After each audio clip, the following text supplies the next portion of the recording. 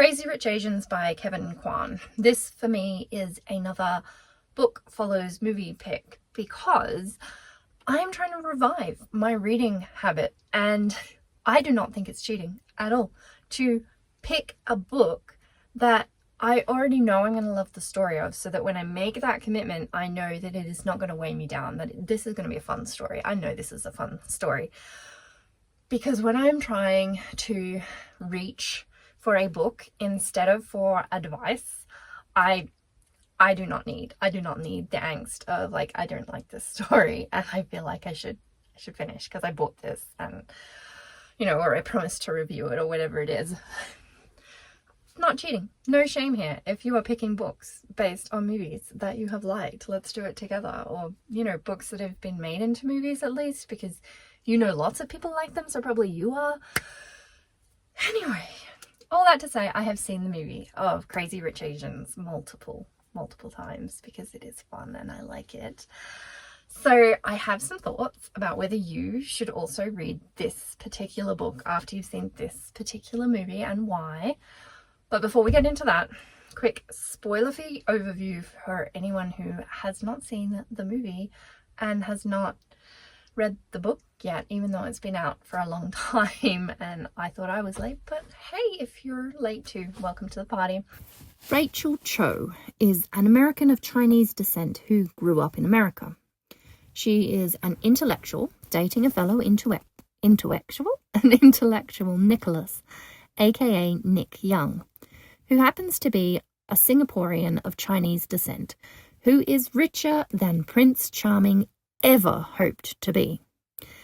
And he takes his darling girlfriend Rachel back to Singapore without bothering to mention that he's Asia's most eligible bachelor.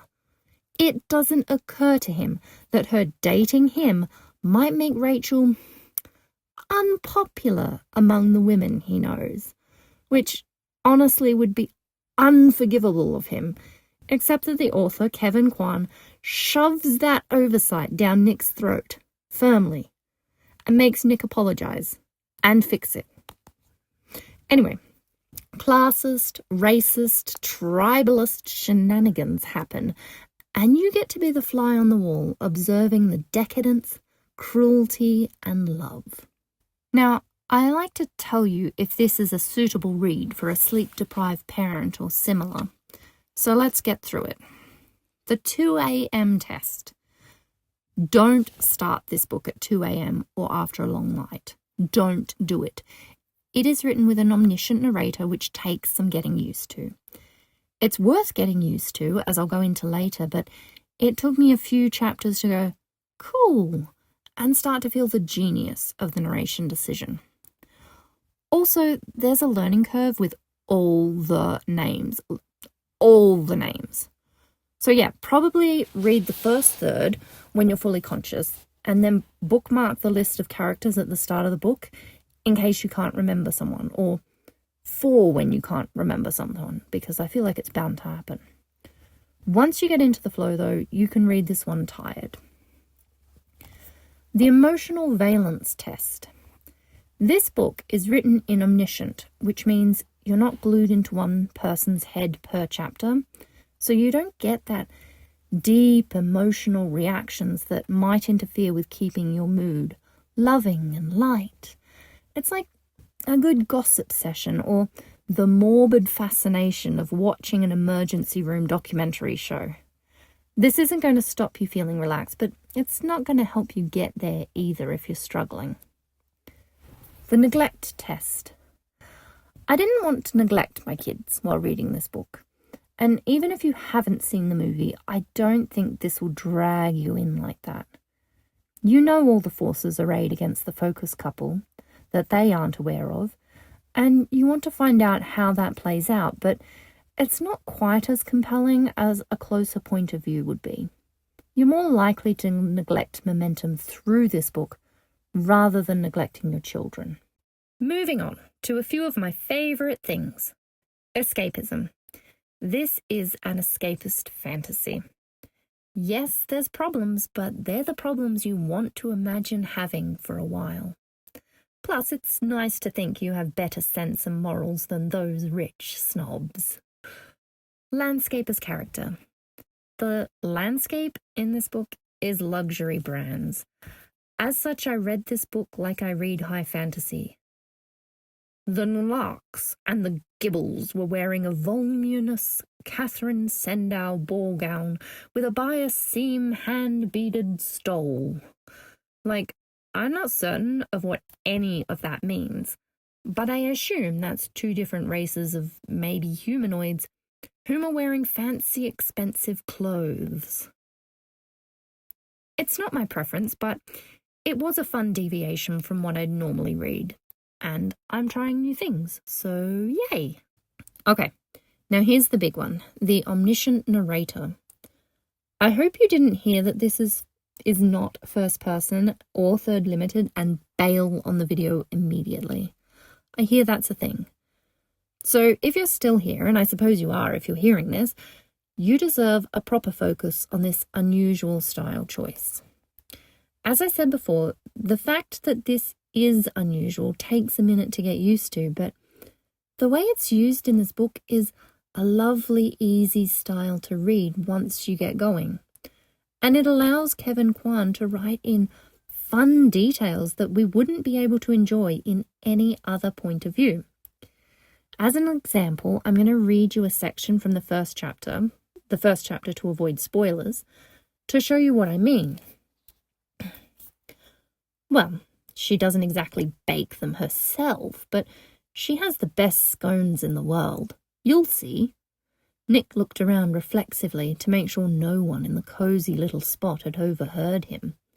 He didn't want to become person non grata at his favourite cafe for carelessly pledging allegiance to another scone, even if it was his grandmother's.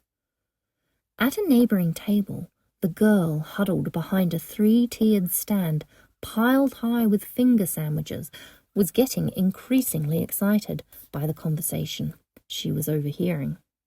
She suspected it might be him, but now she had absolute confirmation. It was Nicholas Young. Even though she was only 15 at the time, Celine Lynn never forgot the day Nicholas Young strolled past their table at the Palau Club and flashed that devastating grin of his at her sister, Charlotte. And then the scene goes on to show her mother, who normally cautions her eldest daughter to be modest, encouraging her to be forward to catch Nick. In a more limited point of view, the author would have had to have Nick see the girl, notice her, and remember her at the club, which is unlikely, and hope she doesn't tell anyone about Rachel. He has to do all the work, and he has to know things that maybe aren't best for the storyline. But it's more fun and less contrived for this to happen without Nick or Rachel knowing that it's happening. It's fun as a reader to know what conflict is brewing and wonder whether the characters will find out. It's fun or wonder how they'll find out. And it's fun not to have characters guessing what others are thinking, and instead to see all the gory details laid bare. And for a book about gossipy, appearance-obsessed humans, the Omniscient Narrator is the perfect fly-on-the-wall attitude to take. Also, I have to tell you how funny the footnotes are. They aren't dry. The narrator is so snippy in them. Here's the rather tame footnote from the section I just read you about the Palau Club that Celine saw Nick in as a girl. Singapore's most prestigious country club, with membership practically harder to obtain than a knighthood. They get more hilarious, so don't skip the footnotes. As a summary of this Omniscient Narrator choice, I would say that if you are at all bored with your reading choices or trying to expand your range, it is worth reading Crazy Rich Asians just to enjoy the different point of view. Now, about reading this book after watching the movie, as I promised in the opening. It's the same brand of fun, but don't expect that so perfect ending from the movie to be in the book.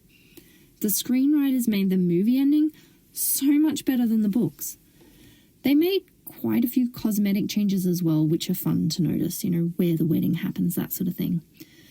But the main part that's significantly better in the book is Astrid, the cousin who tries to hide her spending from her husband. She was the most compelling character in the book to me.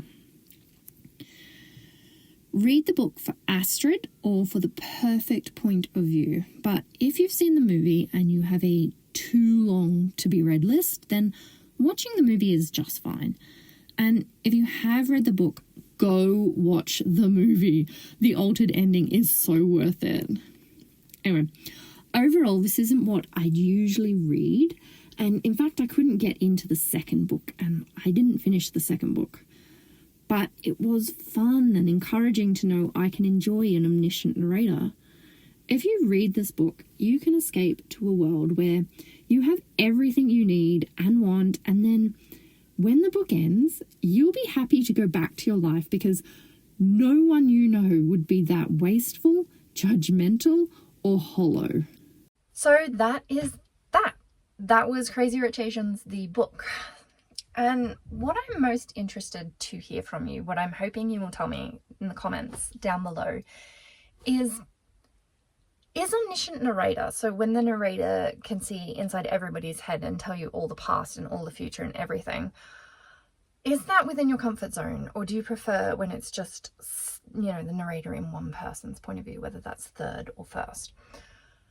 And if it's outside of your comfort zone, are you comfortable stretching yourself in your reading? Like, is this your hobby where you're like, no, the rest of my life, I have to stretch my comfort zone. Like, we have been through plague and wars and rising inflation to ridiculous degrees and jobs that are disappearing and incomes that we are not comfortable in our lives, and we want our reading to be comfortable, the one comfortable thing that we can rely on.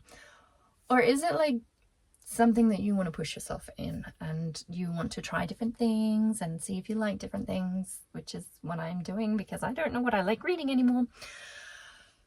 Where do you sit on that? Let me know in the comments. So please like if you liked this video and subscribe if you would like to see more that are similar to it. I am Gemma and this is Reading Gems, where we just read Crazy Rich Asians. Happy reading.